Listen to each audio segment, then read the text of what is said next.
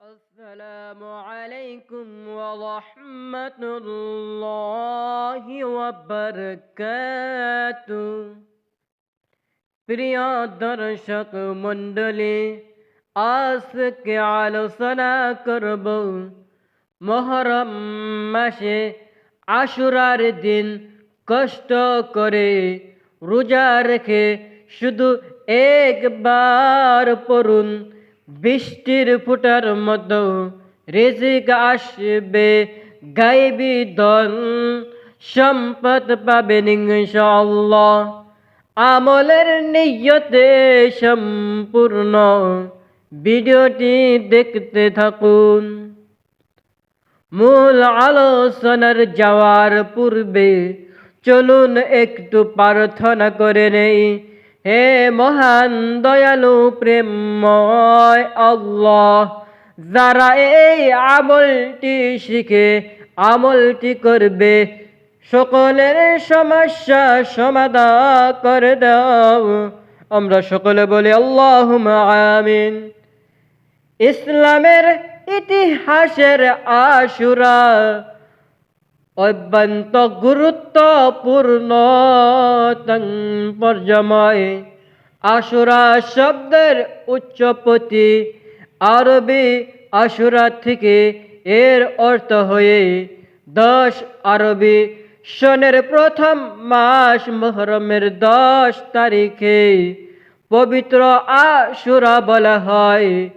পৃথিবীর শুরু থেকে এই দিবসের বহু স্মরণীয় ও ঐতিহাসিক আশুরা একটি বিশেষ মর্যাদাপূর্ণ দিন।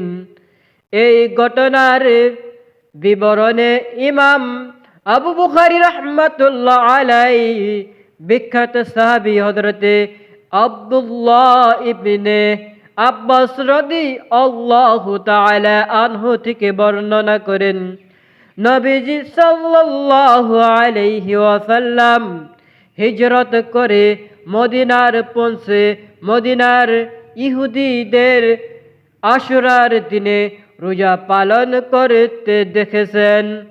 শুধু তাই নয়, নবীজি তাদের নিজে করেন, এই দিনে কি ঘটেছে যে তোমরা এতে রোজা পালন করে? তারা বলে, এই দিনটি মহান দিন। এই দিনে মহান আল্লাহর মুসা আলাইহি ওয়াসাল্লাম ও তার অঙ্গীদের ফেরাউন থেকে মুক্ত করেছিলেন এবং ফেরাউন ও তার বাহিনীকে ডুবিয়ে মেরেছিলেন। এই মুহররমের তারিখে এক কৃতজ্ঞতা স্বরূপ মুসা আলাইহি ওয়াসাল্লাম রোজা রাখতেন। তাই আমরাও আশুরার রোজা পালন করে থাকি। ইহুদিদের জবাব শুনে নবীজির সাল্লাল্লাহু আলাইহি ওয়াসাল্লাম বলেন, হযরত মুসা আলাইহি ওয়াসাল্লাম এর কৃতজ্ঞতার অনুসরণে আমরা তাদের চেয়েও বেশি যত্নশীল হওয়ার অধিকারী হয়ে যায়। শুধু তাই নয়, অতঃপর তিনি নিজেও আশুরার রোজা রাখতেন এবং মুসলমানদের তা পালন করতে নির্দেশ প্রদান করিয়াছিলেন। আবু বুখারী 3389, মুসলিম শরীফ হাদিস 1139 নম্বর। শুধু তাই নয়, নবীজি সাল্লাল্লাহু আলাইহি ওয়াসাল্লাম এই রোজার নিয়ে পালন করেছিলেন এবং উম্মতকে রাখার প্রতি নির্দেশ করিয়াছেন। তাই নয়, তার অনুসরণ করা আমাদের জন্য আবশ্যক হয়ে গিয়েছে। আল্লাহ তাআলা হযরত আব্দুল্লাহ ইবনে আব্বাস রাদিয়াল্লাহু তাআলা আনহু থেকে বর্ণিত হাদিসে আছে, নবীজি সাল্লাল্লাহু আলাইহি ওয়াসাল্লাম যখন আশুরার দিনে রোজা রাখেন এবং অন্যদেরকে রোজা রাখার নির্দেশ দেন। যখন সাহাবীরা অবাক হয়ে বলেন, হে আল্লাহর রাসূল, বিধর্মীরা তো এই দিনটিকে মহান দিন মনে করিও। শুধু তাই নয়, আল্লাহ তাআলা আরো বলেন, এই দিনের তারাও রোজা পালন করে। আমরাও যদি এই দিনে রোজা রাখি তাহলে তো এদের সঙ্গে সমাবেশ হয়ে তাদের প্রশ্নের জবাবে নবীজি সাল্লাল্লাহু আলাইহি ওয়াসাল্লাম বলেন, তারা যেহেতু এই দিন একটি রোজা পালন করে আগামী বছর 10 তারিখের সঙ্গে 9 তারিখে মিলিয়ে 2টি রোজা পালন করব ইনশাআল্লাহ। মুসলিম শরীফের হাদিস 1100 নম্বর।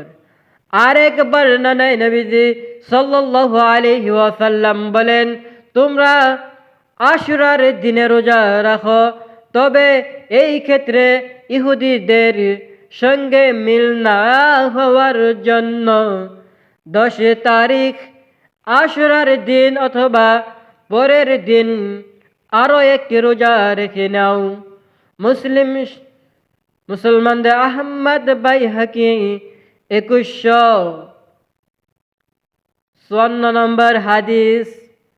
আল্লাহ তাআলা আরো বলেন, পবিত্র কোরআনুল কারীমের মধ্যে বলিয়া দিয়েছিলেন, আগামী 10 মুহররম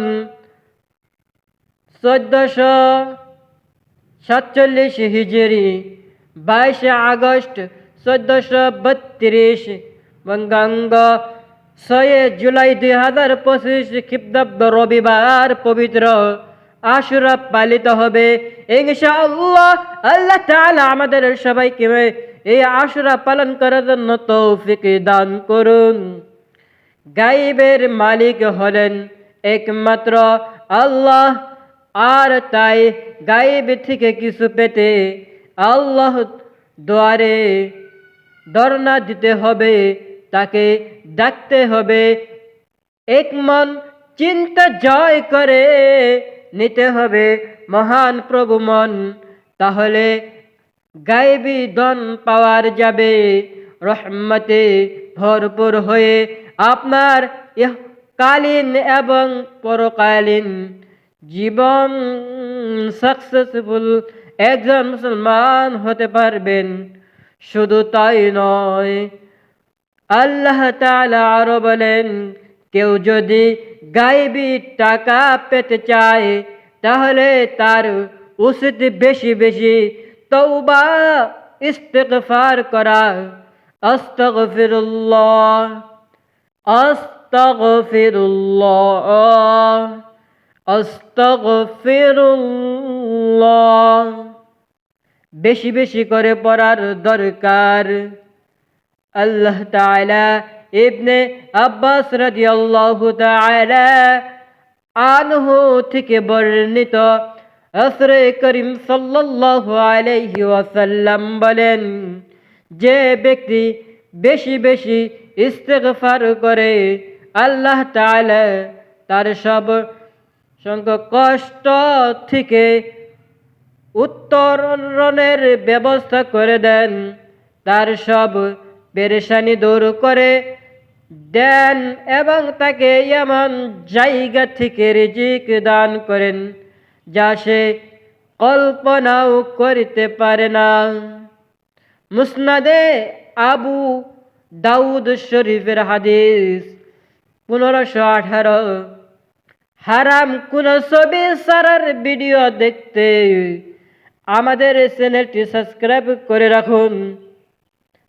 একবার চতুর্থ খলিফা আলী রাদিয়াল্লাহু তাআলা আনহু এর কাছে এক ব্যক্তি ঋণ পরিশোধের জন্য কিছু সাহায্য চায়। ওই সময় আলী রাদিয়াল্লাহু তাআলা আনহু তাকে বলেন, আমি কি তোমাকে কোয়েন শব্দ শিখাবো দিব যা আমাকে রাসূলুল্লাহ সাল্লাল্লাহু আলাইহি ওয়াসাল্লাম শিক্ষা দিয়েছিলেন? যদি তুমি এটা পাঠ করো তাহলে আল্লাহ তাআলা তোমার ঋণ মুক্তির ব্যাপারে দায়িত্ব নেবেন। যদি তোমার ঋণ বর্তমান হয়, পাহাড়ের পরিমাণ হয়, এরপর আলী রাদিয়াল্লাহু তাআলা আনহু ওই ব্যক্তিকে উক্ত দোয়াটি পড়তে বলেছিলেন। তিরমিজি শরীফের হাদিস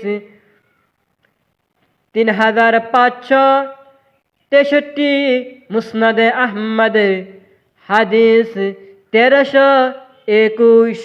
আল্লাহ তাআলা আরো বলেন, সেই দোয়াটি আল্লাহ তাআলাই বলে দিলেন, বাংলা উচ্চারণ, আল্লাহুম্মা গফিনি বিহালালিকা আন হারামিকা ওয়া আগনিনি বিফাদলিকা আম্মান সিওয়াক। আল্লাহুম্মা গফিনি বিহালালিকা আন হারামিকা ওয়া আগনিন বিফাদলিকা আম্মান সিওয়াক। আবার পড়ুন আমার সঙ্গে মিলিয়ে, আল্লাহুম্মা গফিনি বিহালালিকা আন হারামিকা।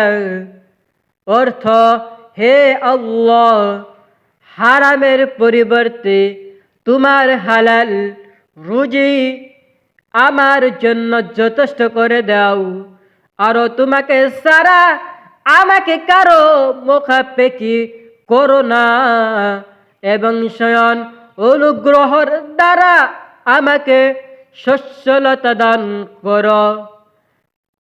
আবার পড়ুন আমার সঙ্গে, আল্লাহুম্মা গফিনি বিহালালিকা আন হারামিকা ওয়া আগনিনি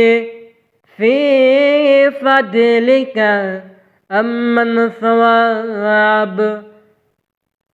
সওয়াবের নিয়তে শেয়ার করে দেন।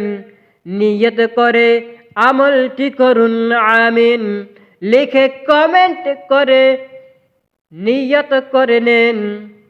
নতুন ভিডিও মোবাইলে পেতে আমাদের চ্যানেলটিকে সাবস্ক্রাইব করে রাখুন। যারা ভিডিওটি শেষ পর্যন্ত দেখেছেন, শুনেছেন, তারা সকলে আল্লাহর শুকরিয়া আদায় করুন। সকলে বলে আল্লাহুম্মা আমিন। আজকের জন্য এই পর্যন্তই। সকলকে সুস্থতা কামনা করে বিদায় নিচ্ছি। আসসালামু আলাইকুম ওয়া রাহমাতুল্লাহি ওয়া বারাকাতুহু।